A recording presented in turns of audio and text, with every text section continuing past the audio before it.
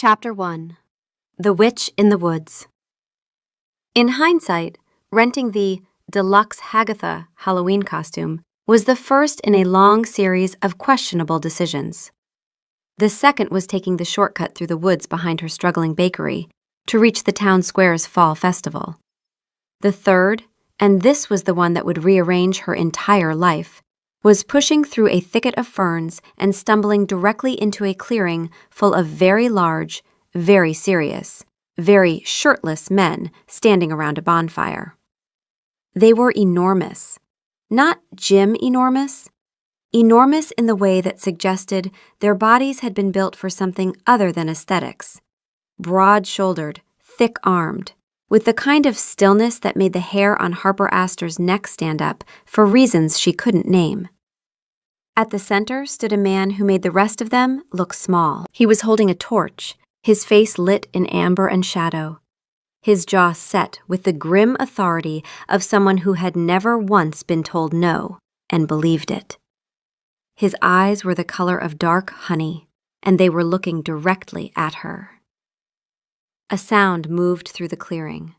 Not a word, something lower, something that vibrated in Harper's ribs and made the plastic cauldron tremble in her hands. The man's nostrils flared, his head tilted just slightly, the way a dog tracks a scent on the wind.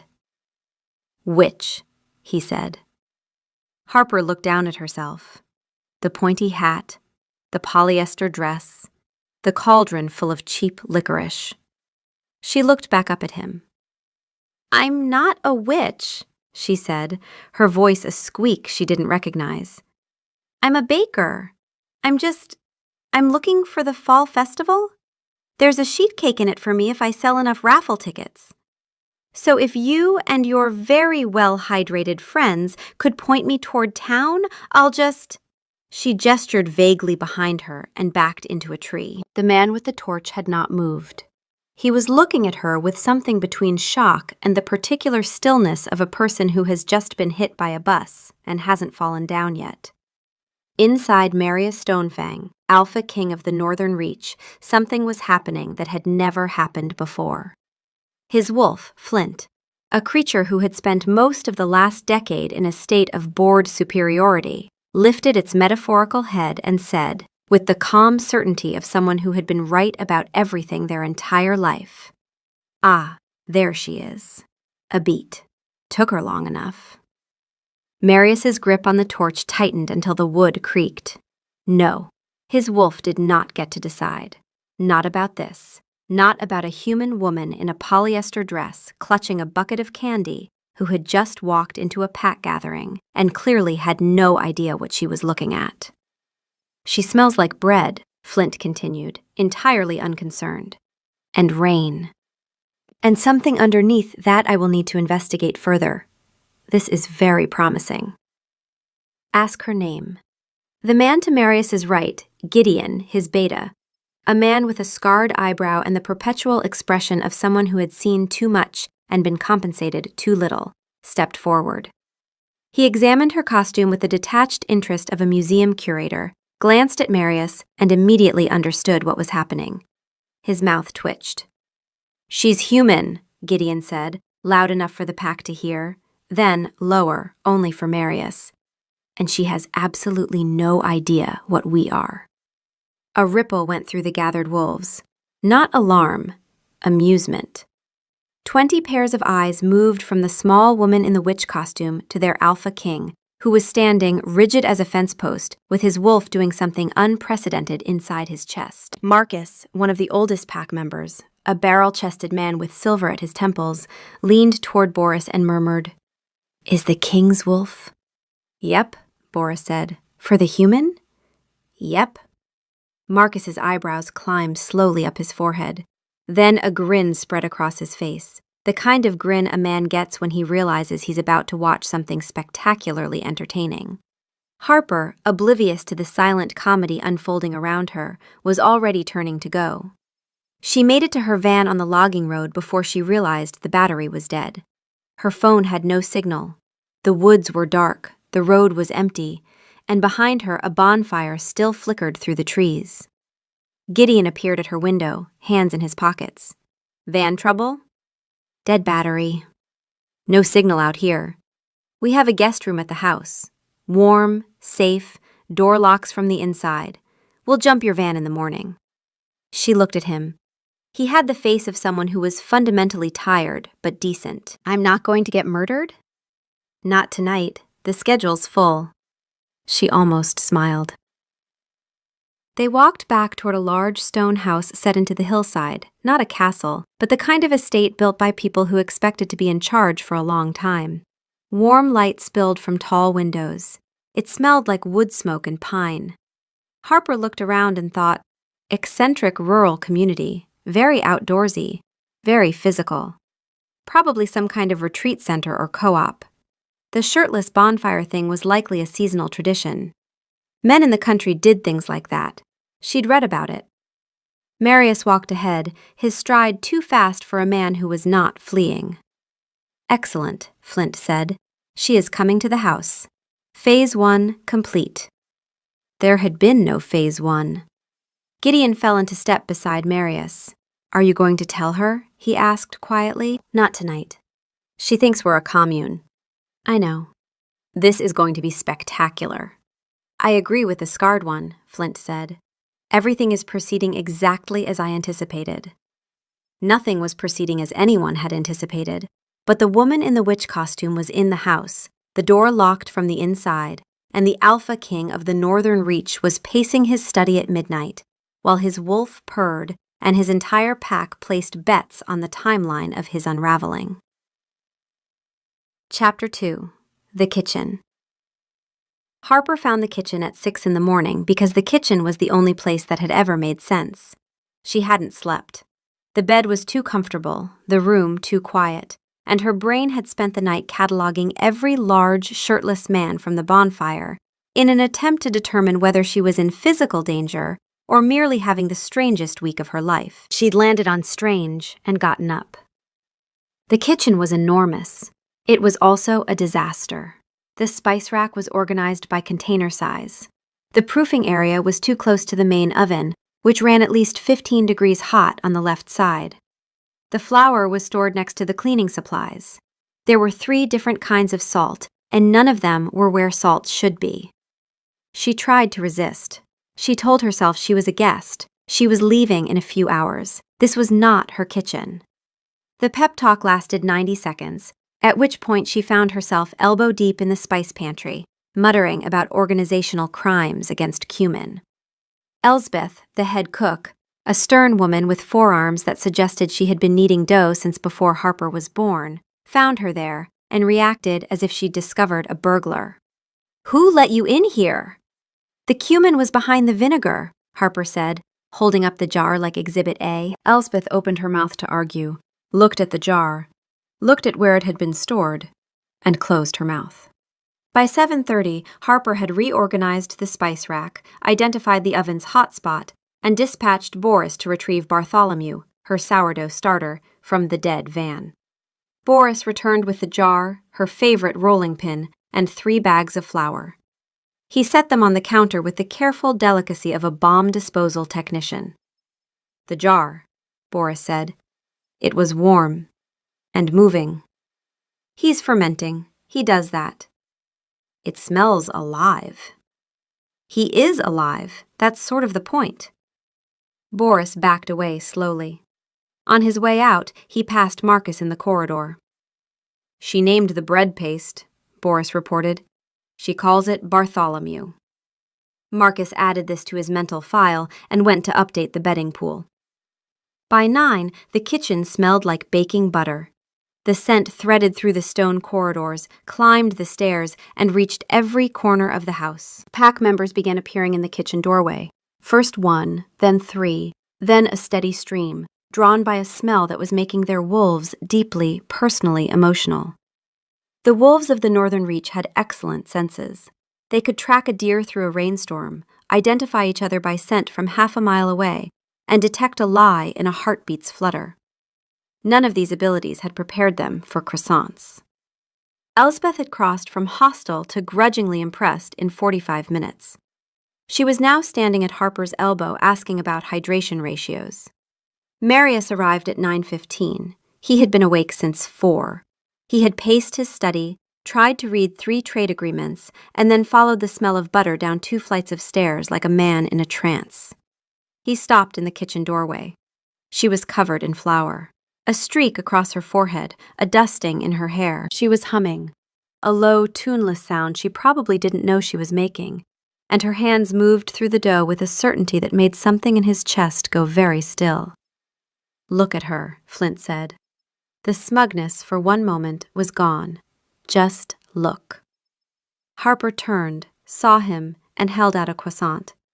"You look like you need this more than I do." He took it.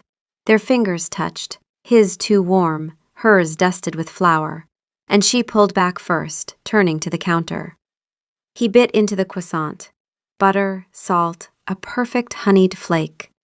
He closed his eyes. "She has fed us," Flint said, regaining composure.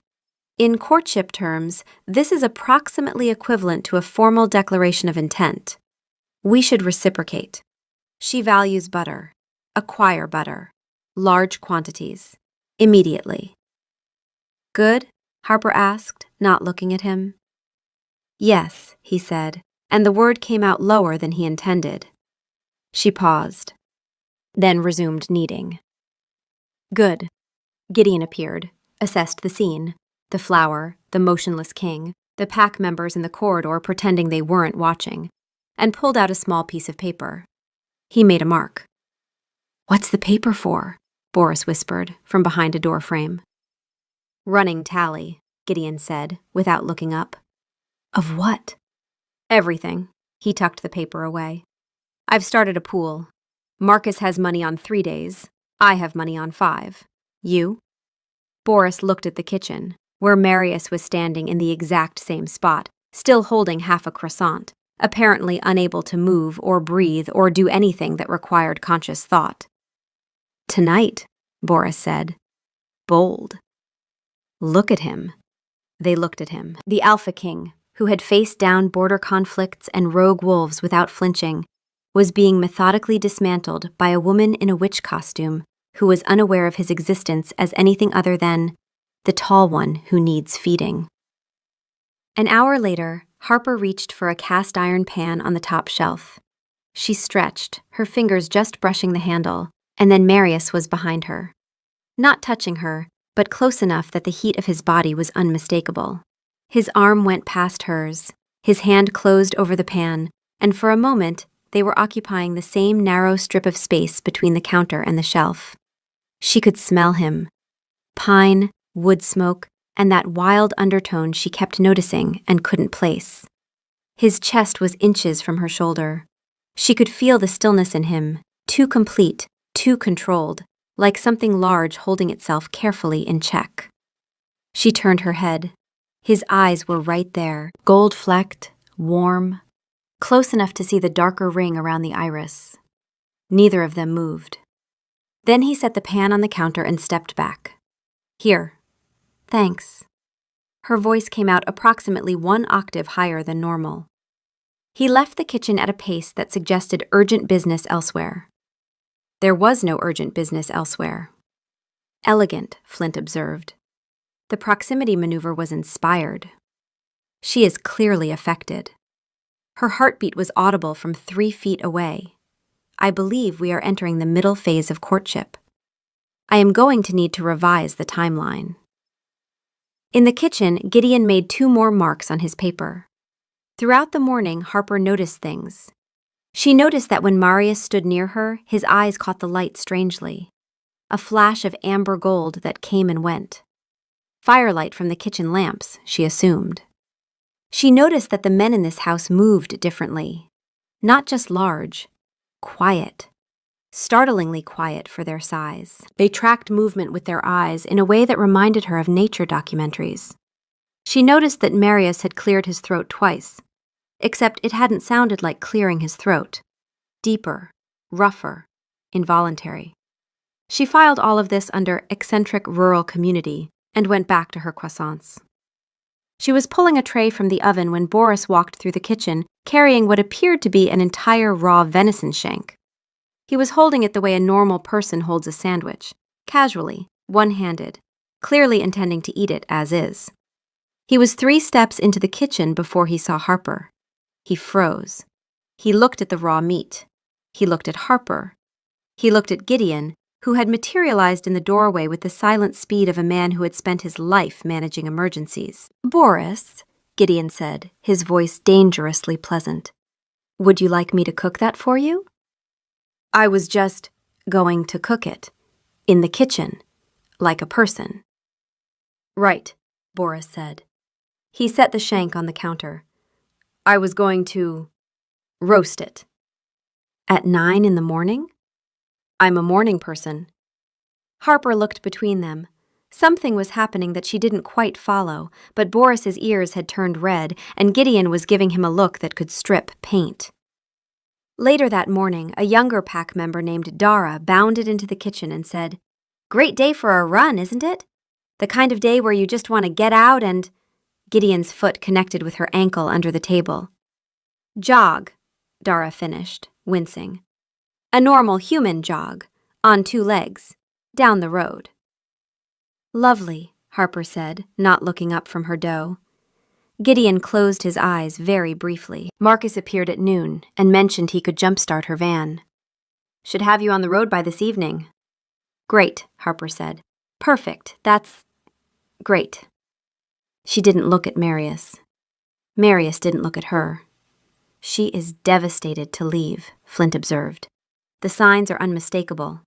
She is masking her despair with vigorous bread preparation. Classic displacement behavior. We are winning."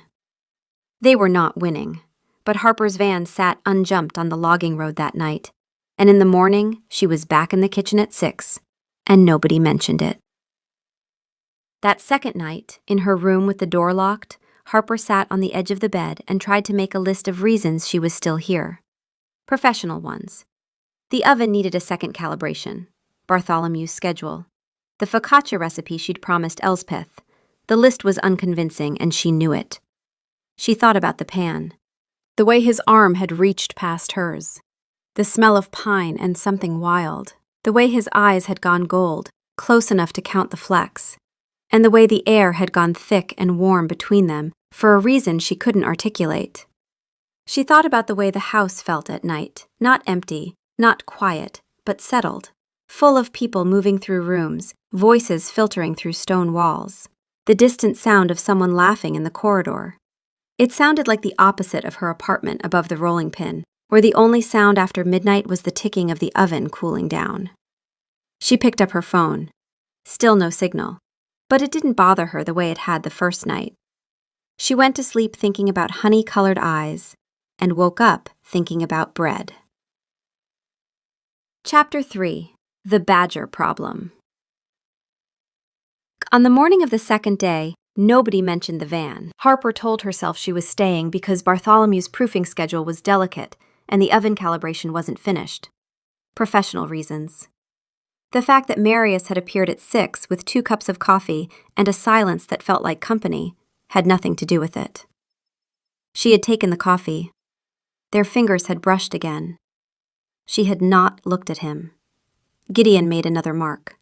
By noon, she had overhauled the kitchen supply chain, trained 2 pack members in basic lamination, and fixed the proofing problem by moving the station to a cooler alcove near the pantry.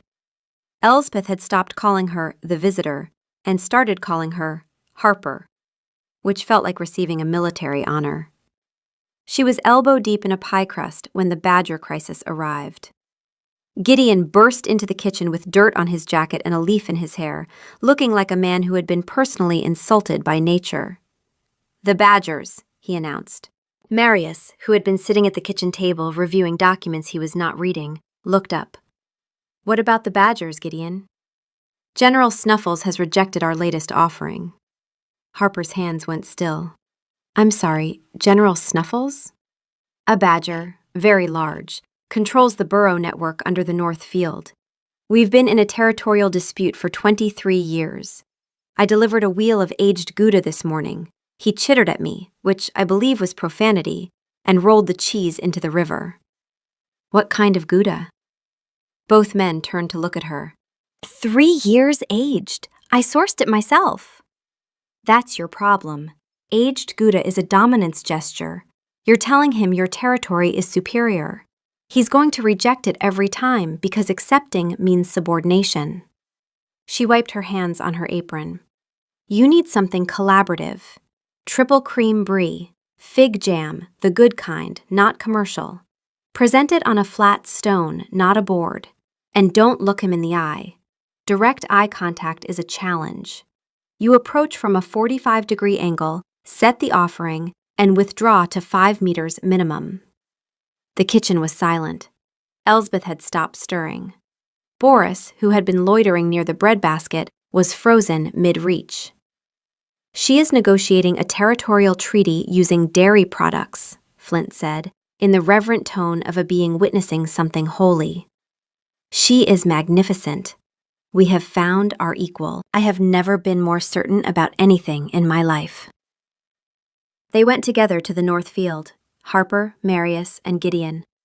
Harper carried the brie and fig jam in a basket, arranged with the precision of a woman who understood that presentation was 90% of persuasion.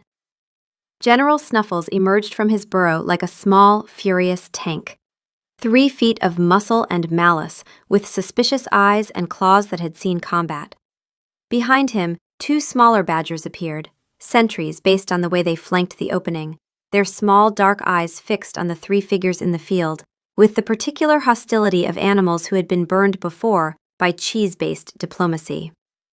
Harper knelt. She set the brie on a flat stone. She arranged the fig jam. She withdrew to exactly 5 meters and waited. The field was very quiet. A wind moved through the grass. Behind her, she could feel Marius and Gideon standing absolutely still. Not the casual stillness of people waiting, but that other kind, the kind she'd started noticing and couldn't explain, as if their bodies knew how to be part of a landscape in a way that human bodies usually didn't. Snuffles approached, circled the offering, sniffed the brie with focused attention, took a delicate bite, chewed, considered. He took another bite, then a third. Then he ate the rest of the brie and a significant portion of the fig jam, sat back on his haunches, and looked at Harper with what was unmistakably grudging approval. The 2 sentries exchanged a glance that, in Badger terms, appeared to mean acceptable. They retreated into the burrow. Snuffles followed, his waddle possessing the dignity of a diplomat who has been won over but will not admit it publicly. Gideon stood in the field, staring at the empty stone. She just solved the badger problem. With cheese. Yes, Marius said. They walked back to the pack house together, the 3 of them, through the long grass and the late afternoon light. Harper found herself in the middle, which felt accidental, but probably wasn't. Gideon walked on her left with his hands in his pockets. Marius walked on her right, with the careful distance of a man who didn't trust himself to be closer. 23 years, Harper said. You've been fighting a badger for 23 years. He's a very determined badger, Gideon said. You were using the wrong cheese. I see that now. What else have you been getting wrong? I'm asking genuinely. Gideon glanced at Marius. Marius studied the tree line with the focus of a man who had not heard the question. Quite a lot, probably, Gideon said. We've been doing things the same way for a long time. It's possible we've developed some blind spots. Harper looked at him, then at Marius, then at the pack house glowing warm in the distance. I have opinions about the meal rotation too, she said, if anyone's interested. We are deeply interested, Gideon said. Marius said nothing, but his pace slowed slightly, the particular deceleration of a man who wanted the walk to take longer. Harper glanced at him. He was standing very still again, that quality she'd noticed before, a patience in his body that felt animal. His eyes had gone amber gold, brighter than afternoon light could explain. A low sound, not a growl but adjacent, was barely audible in his chest. She blinked, filed it. That evening, after the pack had eaten the best dinner the kitchen had produced in memory, Marcus raised his glass and said, "To the woman who tamed General Snuffles." The table cheered. Although, Marcus added, grinning, if Snuffles ever heard us call him tamed, he'd bite through our— Gideon cleared his throat. Loudly. Shoes, Marcus finished. He'd bite through our shoes, like a normal animal, who is a badger. Dara, who was sitting 3 seats down and had already been kicked once today, leaned across the table toward Harper and said, "You should see what they're really like when they—" 2 people kicked her simultaneously. Eat cheese, Dara said through clenched teeth. When they eat cheese, it's very passionate, as humans. Harper looked around the table at the faces, some grinning, some trying very hard not to grin. Gideon pinching the bridge of his nose, Marius studying his plate with lethal focus, and thought, not for the first time, something is going on with these people that I do not understand. Later that evening, Marius appeared at the kitchen door holding a jar of honey. Amber gold, thick, handwritten label. Millfield apiaries, wildflower. For the bread, he said, the honey you've been using is commercial. You mentioned it was flat. She had mentioned it once, yesterday, in passing, to Elspeth. You drove 3 valleys for honey? I had the time. She took the jar. Their eyes met. His were warm and steady and doing the gold thing again, and she could feel something between them. Not supernatural, nothing she could name, just the specific gravity of a man who was paying a kind of attention she wasn't used to receiving. He smelled like pine and wood smoke. She was close enough to feel the warmth of him, and when she inhaled, this close, for this long, there was something underneath the pine, something wild and unfamiliar, that made her pulse pick up for reasons that had nothing to do with fear. His nostrils flared, very slightly, as if he could tell. She stepped back. Good night, Marius. Her voice wasn't quite steady.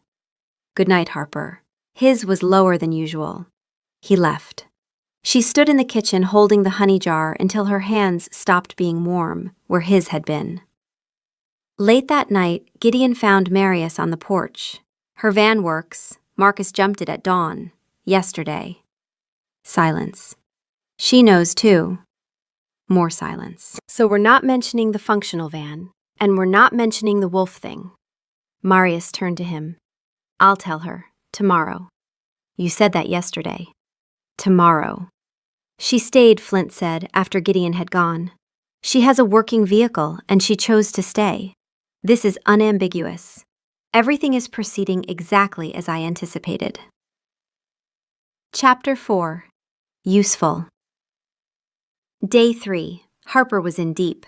She had overhauled the kitchen schedule, established a rotation with Elspeth, trained 2 pack members until they could produce a competent baguette unsupervised, and mapped out a menu for the autumn gathering that had Elspeth looking at her with something approaching devotion. The Badger ceasefire was holding. The spice pantry was a work of art. Bartholomew was thriving. She was happy.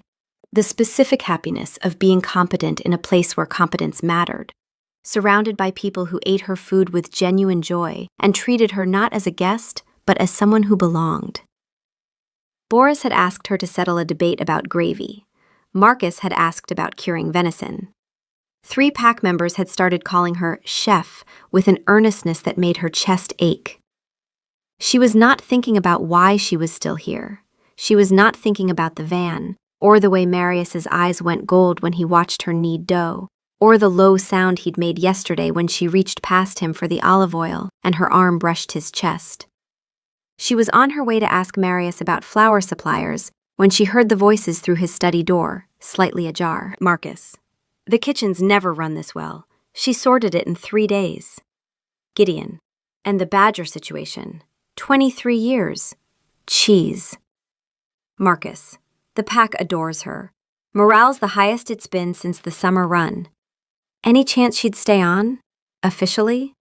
We could use someone like her. A pause. Harper stood in the corridor, one hand raised to knock. I'll speak with her about it, Marius said. The words landed like a stone in deep water. I'll speak with her about it. A hiring decision. Then Marius continued, and the ground shifted. But I have to tell her the truth first. About what we are. The shifting. She can't stay here without knowing, and if she finds out on her own, Gideon, how do you think she'll take it? A long silence. I don't know. She's human.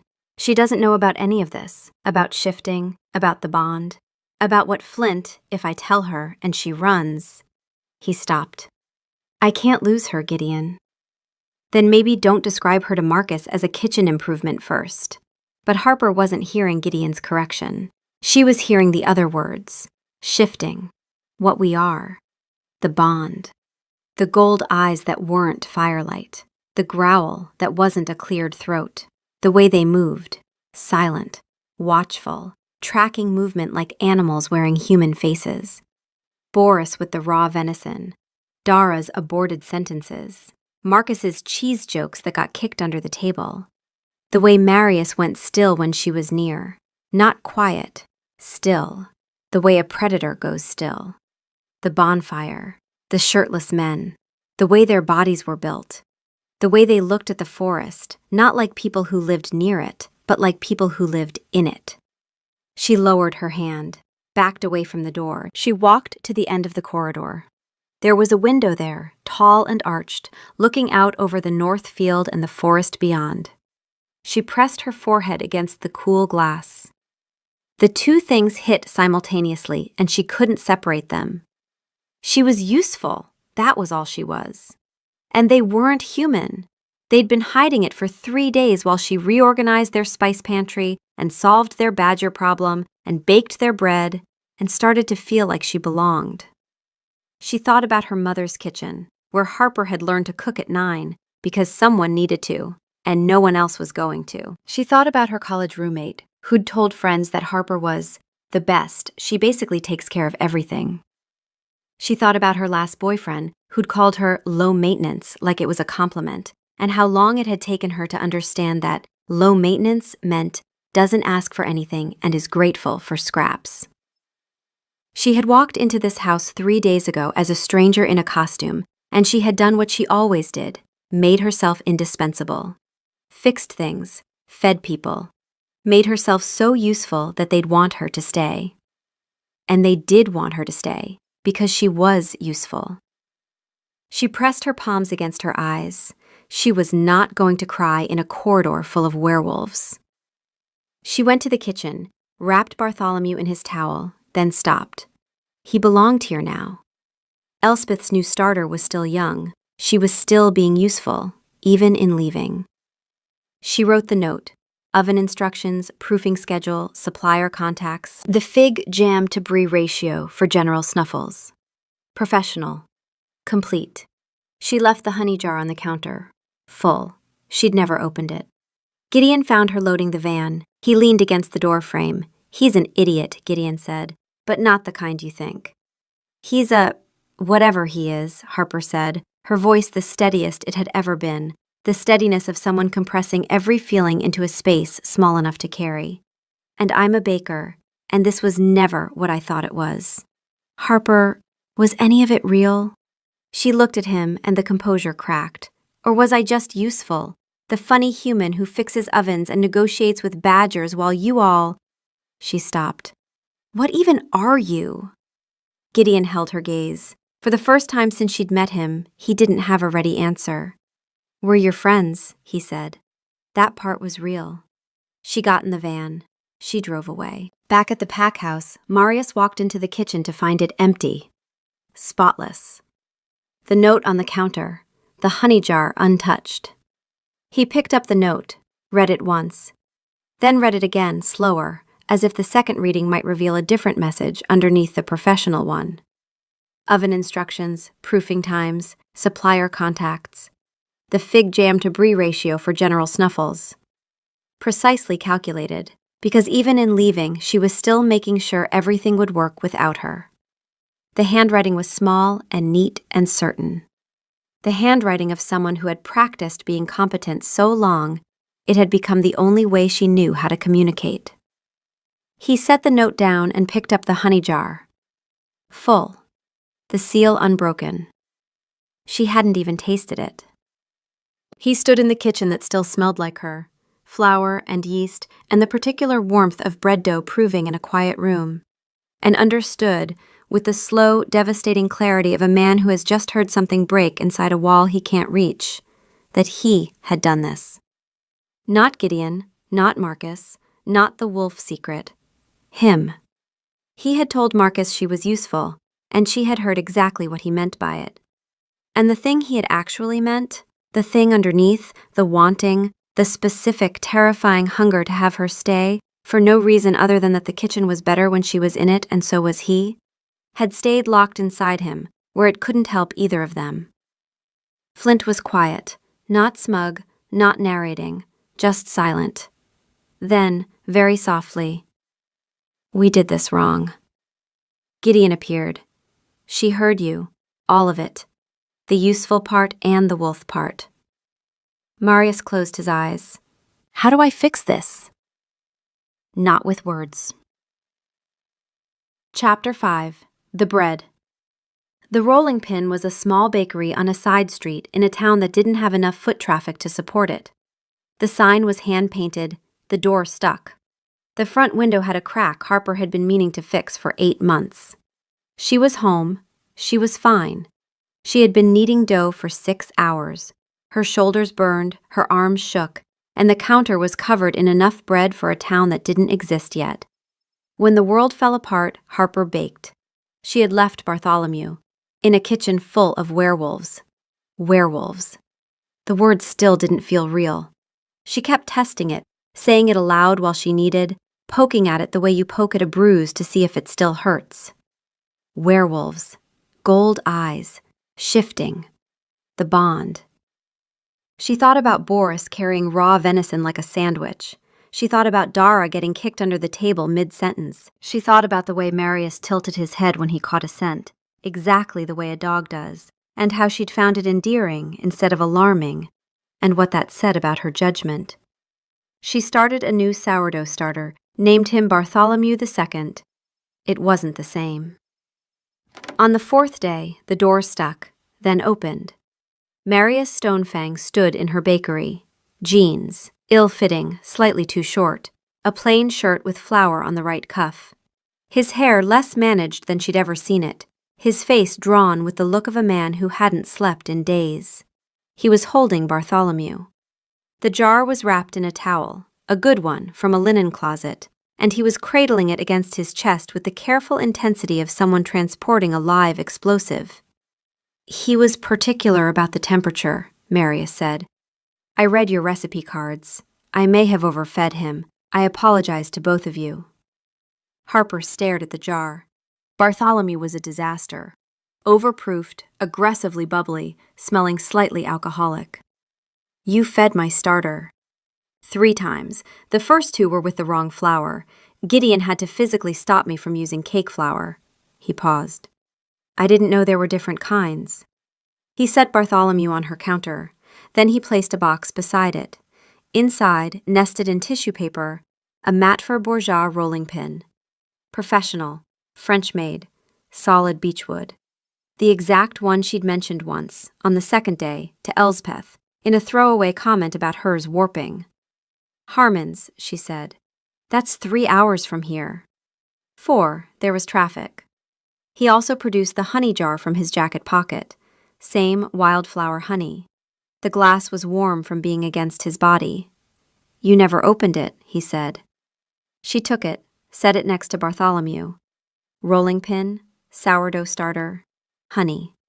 Marius stood in her small kitchen, too large for the space, and looked at her with eyes that held nothing managed in them. "I need to tell you the truth," he said, properly, not overheard through a door. She crossed her arms. "Go ahead." He told her. All of it. He told her about the wolves, that everyone she'd met was a shifter. They could take wolf form. The bonfire she'd stumbled into was the autumn hunt gathering, the pre-run ceremony before they shifted and ran together.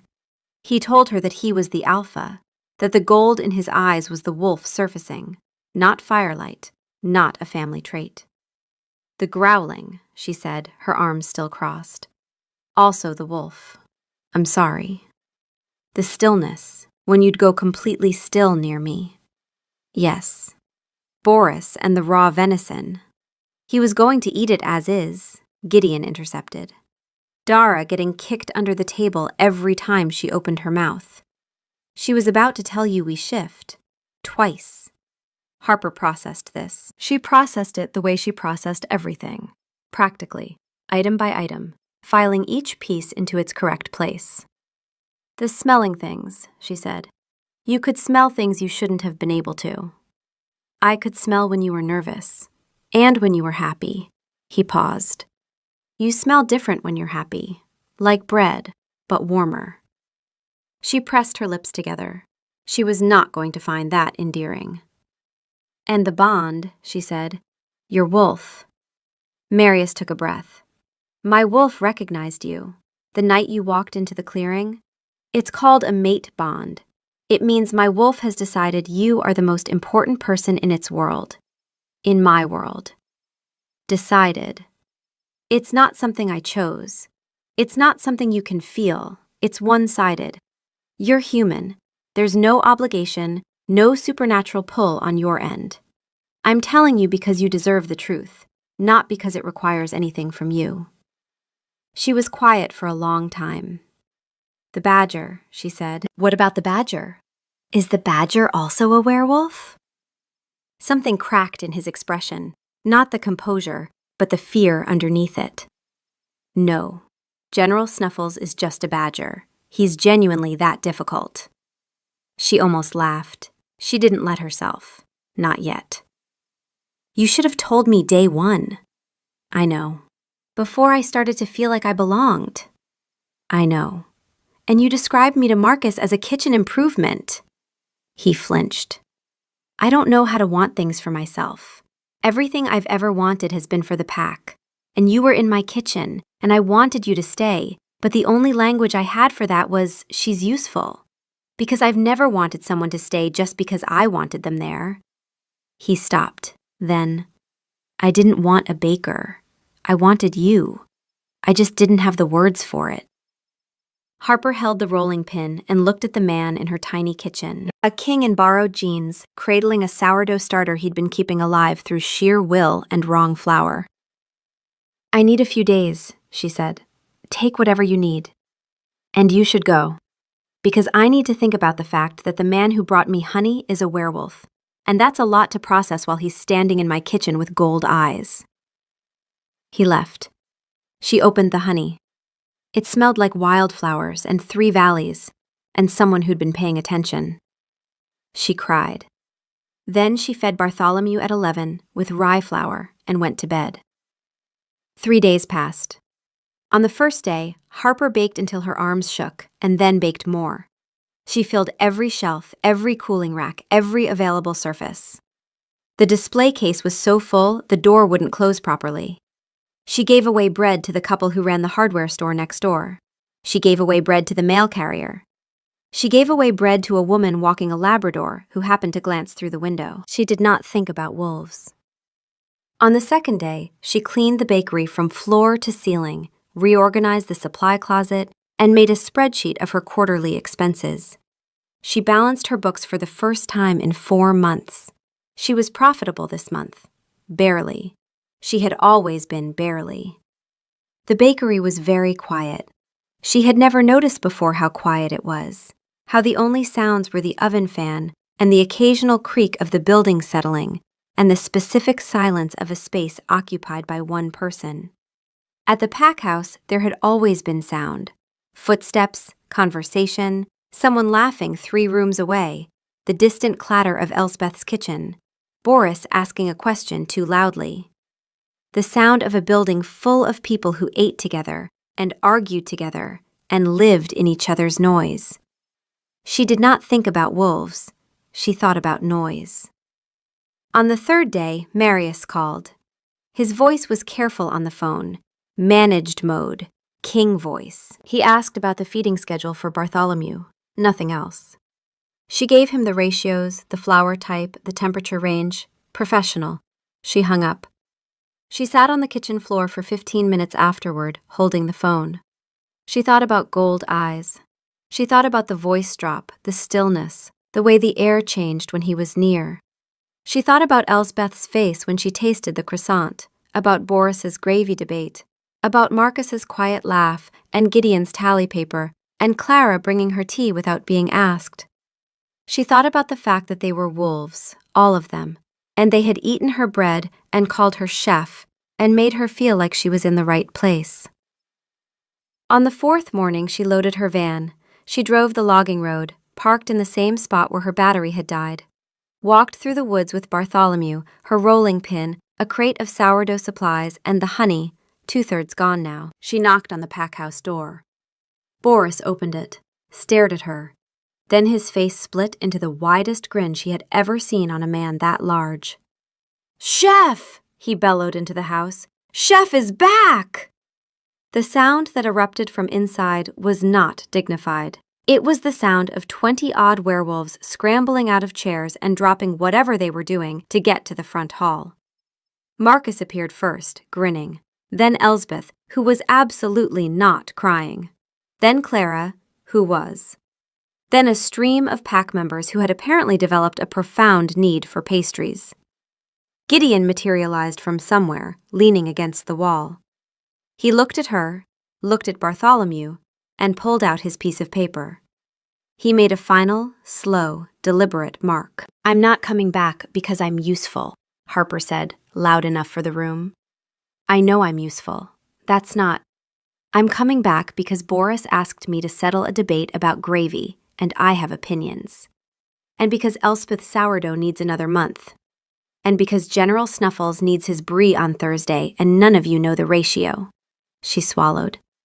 "And because this is the first place that ever felt like mine, even with the wolf thing, which we are going to discuss, in detail, with diagrams." Boris lifted her off the ground. Marius appeared at the top of the stairs in a king's clothes, his face holding the careful composure of a man trying to be regal, while his wolf made composure structurally impossible. "She came back," Flint said, and his voice was not smug, something quieter, relief disguised as certainty. "She came back. I knew she would, obviously." "I want a kitchen," Harper said. "A proper one. My own. Not your kitchen, mine. With my name on the door." "Done." "And a proofing room." "Done." "And someone needs to explain the werewolf thing properly, with a PowerPoint." Gideon raised his hand. "I'll handle that."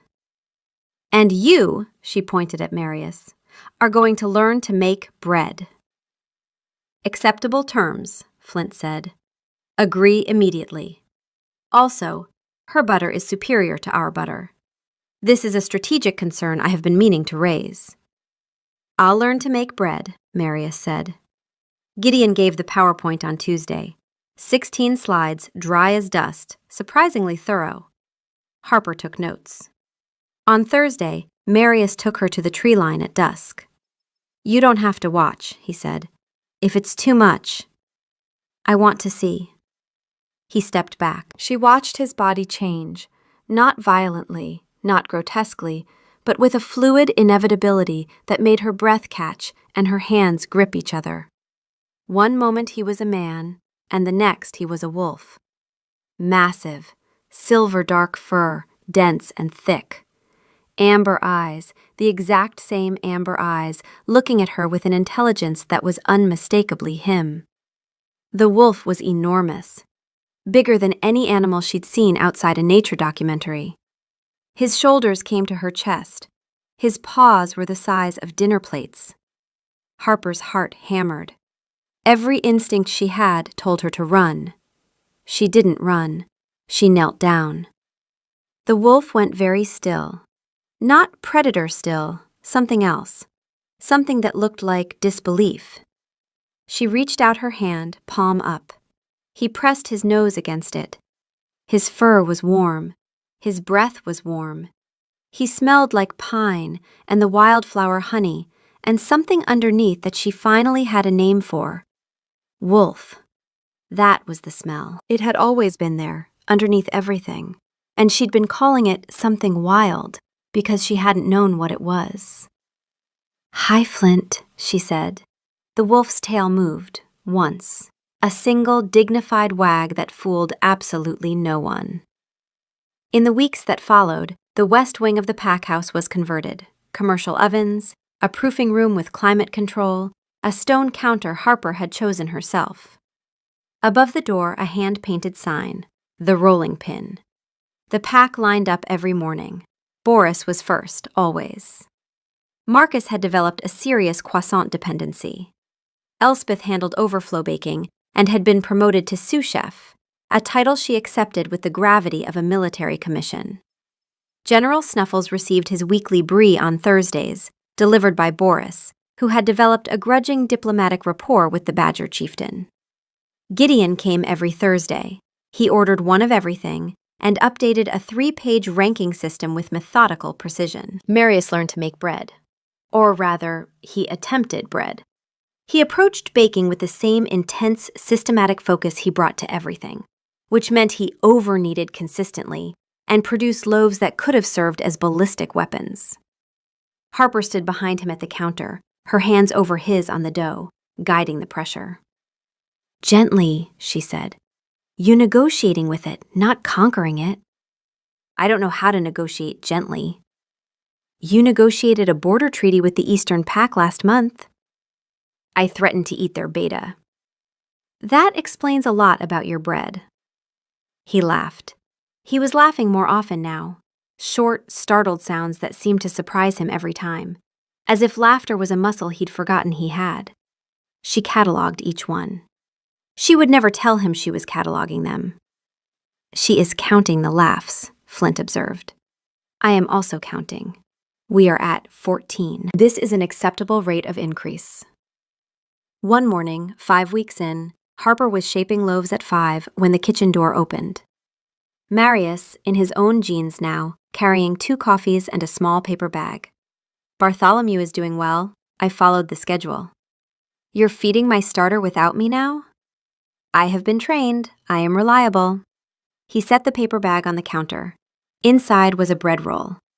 Small, dense, slightly misshapen, with a crack where the scoring went too deep, and a crust the color of regret. "I made this," he said. A fact. Harper picked it up. Heavy, noticeably heavier than a bread roll had any right to be. The crumb was gummy in the center, overdone at the edges. It tasted like flour and effort and someone who had tried very hard at something he had no natural talent for. "It's perfect," she said. She meant it. He looked at her, amber eyes going gold, unmanaged, entirely without performance, and his expression was so open it hurt to see. "Harper. Marius. Flint wants me to tell you something." "Flint has opinions." "Flint has nothing but opinions." He paused. The gold flared. "He knew. The night you walked out of those woods in that terrible hat, before I did. He knew you were the important thing, not the useful thing." "Correct," Flint said. "I have been saying this from the beginning. The records are impeccable." Harper set the bread roll down. She looked at the man in her kitchen, the alpha king who had learned to make bread, who drove 4 hours for a rolling pin, who fed her sourdough starter with the wrong flour, and showed up every morning at 5 because she'd told him to. "The hat was terrible," she said. "Worst hat I've ever seen." "And the glow stick?" He was quiet for a beat. "It's in my desk drawer. It doesn't glow anymore." She stared at him. "You kept a glow stick." "It was the first thing you ever gave me." "I advised him to keep it," Flint confirmed. "I am capable of discretion when the stakes are this high." Harper crossed the distance between them and took his hand. His fingers closed around hers, warm, rough, careful. "I'm still not a witch," she said. "I know. And I still have opinions about your bread. I would expect nothing less. But you should probably kiss me." "Finally," Flint said. "My patience has been extraordinary. I want this." Marius kissed her. It was not a fairy tale kiss. It was a kiss in a kitchen at 5 in the morning, surrounded by flour and dough and the smell of coffee, between a woman who had spent her whole life being useful and a man who had spent his whole life being necessary. It tasted like bad coffee and the terrible bread roll, and it was the most honest thing either of them had ever done. When they pulled apart, his eyes were fully gold, and he was smiling. A real smile, the kind that rearranged his entire face and made him look younger, open, stunned. "That's the last tally mark," Gideon said from the doorway, holding a to-go cup. He folded the piece of paper with great ceremony and tucked it into his jacket. "I win the pool. Boris owes me $40. "Get out, Gideon," Marius said, still smiling. "Gladly. Snuffle's delivery is due tomorrow. I'll handle it." The door closed. "I told you," Flint said, with the quiet, immovable satisfaction of a creature who had been right from the very first moment and had never once doubted it. "From the very beginning. I am always right. She was always going to choose us." He was wrong, actually. She hadn't chosen them because Flint was right. She'd chosen them because a king learned to make bread, and because a pack full of wolves learned to line up for croissants.